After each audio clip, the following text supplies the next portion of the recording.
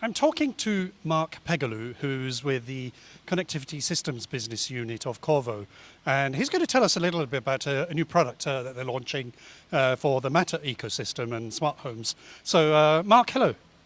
Hi Nitin, thanks for inviting me today. Thank you for coming. So, Marc, tell me a little bit about what you've launched, and then we'll go into a little bit of the sort of interesting aspects of it. Yeah, thanks. So today, I'm coming to because I'm very excited about the launch of a new wireless system on chip to the market, and maybe you can see it. I don't know. It's so small. It's basically the size of a nail or half of a nail, and it's a BLE, Matter and Zigbee SoC capable. Okay. Why do you need this? I mean, why is it important? So it's important because we already see now a big transition in the market, and especially in the smart home, with the rise of Matter as a new way to simplify the adoption of smart devices in the home, whether it's sensors, it could be lighting devices, a control system. Matter has been able, thanks to a very disrupting ecosystem, to really simplify all the data formatting. It's all about IP connectivity now, and it enables to open the ecosystem like it was not possible before with Zigbee. So we are super excited, and we think the timing is perfect for us to introduce this product.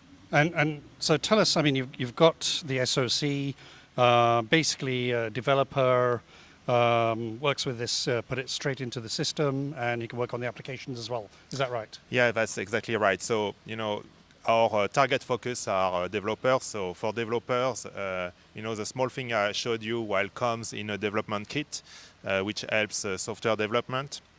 While we are taking care of all the Matter protocol or Zigbee and BLE as a software, there is all the application where you want to connect sensors or control panel or a switch and all that. And this is a kind of development kit where you can plug, the sensor on that and develop your software.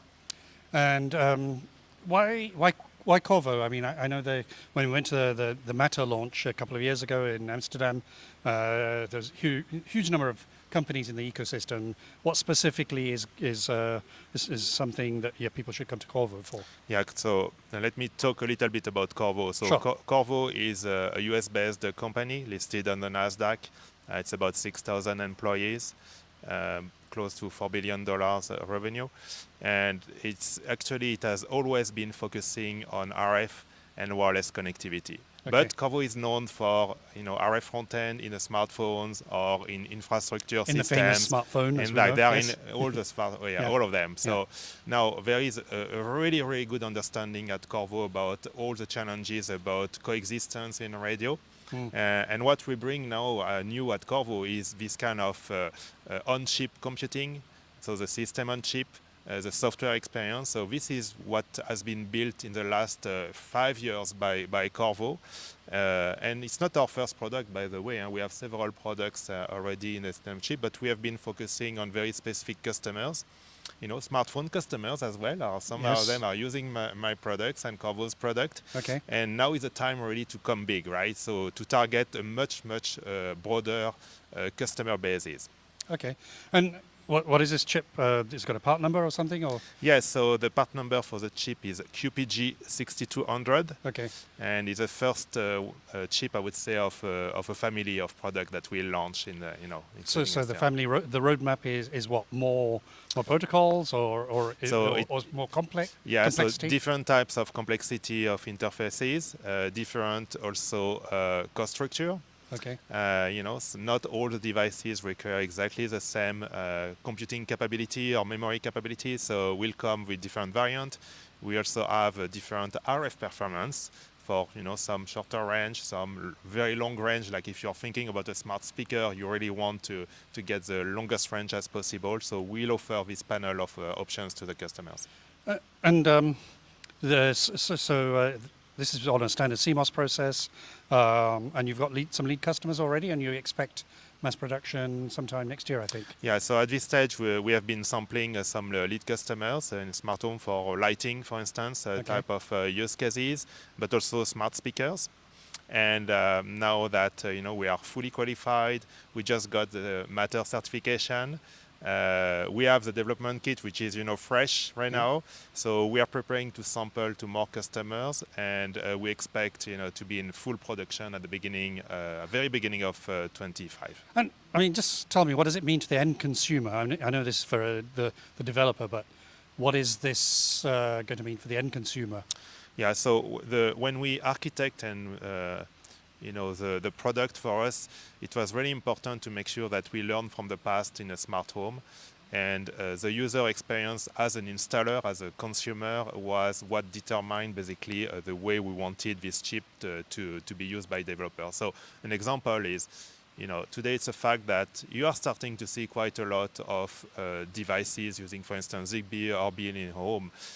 You don't want to have to ask the customer to trash everything they've done so far. So you want a backward compatibility.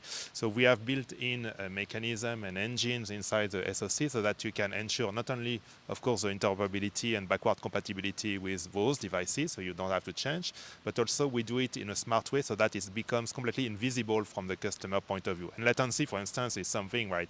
As a consumer, I will never accept that there is a latency when I push a button and the light goes on, right? It has to be really, really fast, and that's what we have built in this chip.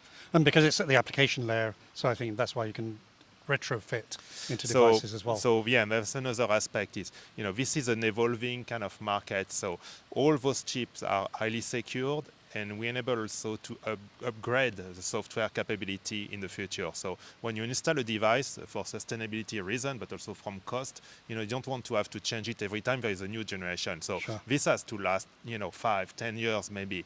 And of course there will be new ideas. And the ability to upgrade your computing capability on the chip definitely is a must-have. So we offer that. So our customers will have this option to provide this to their customers. Say, okay, well, we have a new feature for you, right? We can be smarter. For instance, if you want, we bring you the capability to specialize or customize the behavior of your sensors network. So that it becomes much more tuned to your specific needs. Or maybe it's because, we can be smarter, and instead of having a device which will last on a battery 2 years, well, we found a way to extend to 5 years. Right.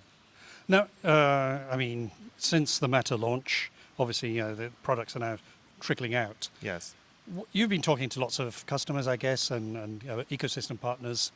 What have you seen as the main sort of challenges and trends of what people are coming against, but also at the same time, what are the sort of easy wins? Yeah, so I think the easy wins is about helping customers who have experience, I would say, for instance, the Zigbee implementation to convert to Matter. So we have several examples here, and these are really the quick wins because you don't need to educate the customer. Quite often, it's very scary to go from power line communication to wireless, right? Wireless is still the black magic sometimes. So I would say the quick wins are with those customers we have already experienced. For the new ones, indeed, this is where we shine a little bit because we try to make the development tools easy enough with very specific use cases so that even if you are not an RF expert, you can pretty quickly prototype, for instance, a lighting system for your home. And what are the challenges that you've been hearing in terms of customers saying, well, I'm not too sure about this or that? I think, there is always the question of, okay, is Matter really the right protocol, or is it something coming after? I think my answer to that is when you are looking at the support of the ecosystem behind, these are really hyperscalers company who are behind. Apple, Amazon, Google, even Samsung, I would say. They have really understood what a user experience means. So I think it's because of this backup, it's here to last. Well, Marc Pegulu, thank you very much. Thank you, Nitin. Thank you.